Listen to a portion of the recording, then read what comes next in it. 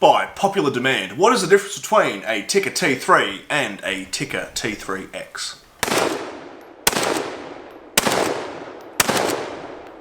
The easiest way to answer this question is actually just to go to Beretta Australia. Obviously they're the importers of Tikka products, and they have a good little article on exactly what the differences of the two are. So I'm going to read them through, and then I'm going to show you a couple of little close-ups of the rifles themselves. The main differences of the T3 to the T3x actually revolves around the stock. So if you were going to build a rifle and you were just buying a barreled action, or you wanted something and you didn't care about the stock, then you could buy either or. They're fairly the same. Main differences being our stocks. So the first point here, it says modular stock. Tikka T3x has a new modular synthetic stock that has interchangeable pistol grips, making it possible to modify the angle of the grip. This allows for multiple shooting positions. Additional grips are sold separately. The stock also has an additional attachment point which allows you to change the width of the stock's forend. Improved grip, so those interchangeable grips, it's listed here, improved grip, a grip that never slips. The T3x synthetic stock has a new asymmetrical grip pattern and shape that has specifically been designed to give a solid grip in all conditions. It has a new recoil pad. Models come with new recoil pad technology that reduces the impact of recoil to the shooter. We all know that the recoil pads on Tikkas are a bit dog shit.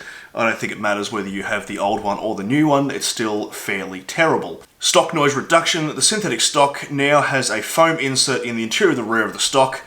This lowers the stock generated noise that can help you keep your target in sight. In brackets, not available for models with an adjustable cheek piece. So now we're done with the stock. There are a couple of extra things that revolve around the receiver, which we'll talk about now.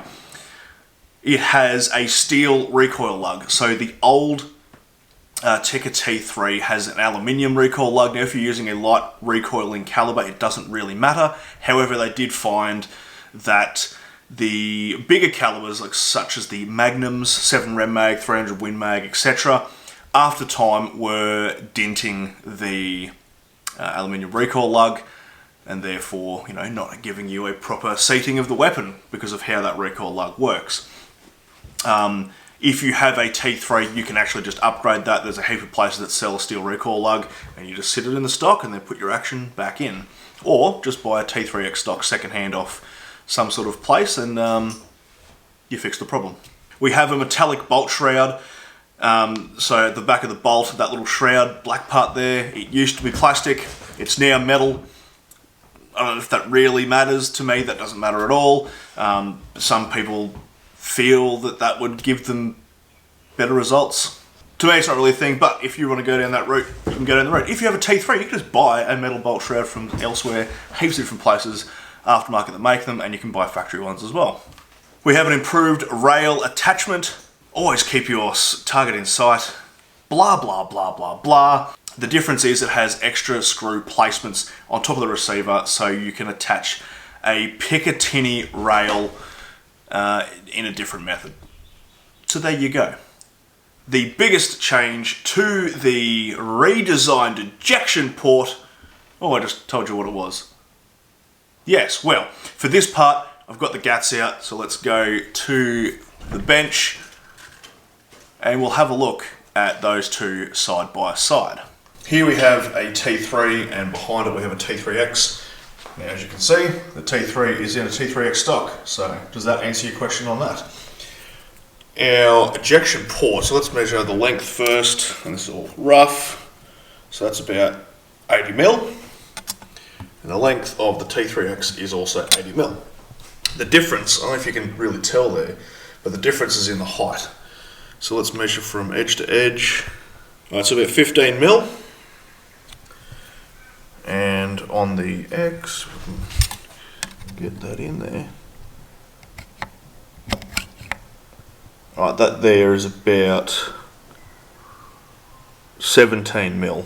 You're getting a little bit more opened up. The top here is sort of angled away backwards there, whereas this is not. The front profile is almost the same, just obviously bigger on the X than on the 3. One other little tiny thing I've noticed that isn't listed is if we have a look at that bolt, release. Now we have a look at that bolt release, they are obviously different. So that's another little tiny thing I've noticed, but that's about it. So there you have it, the differences between a Tikka T3 and a Tikka T3X. Relatively fuck all. As stated, this is easy information to find. You just have to Google it. Literally the first thing that comes up is Beretta Australia with a list, but most people like watching YouTube videos, so there you go. I just read you the fucking list so you don't have to fucking read it. I hope you got something out of that. I'll see you next video, and hooroo.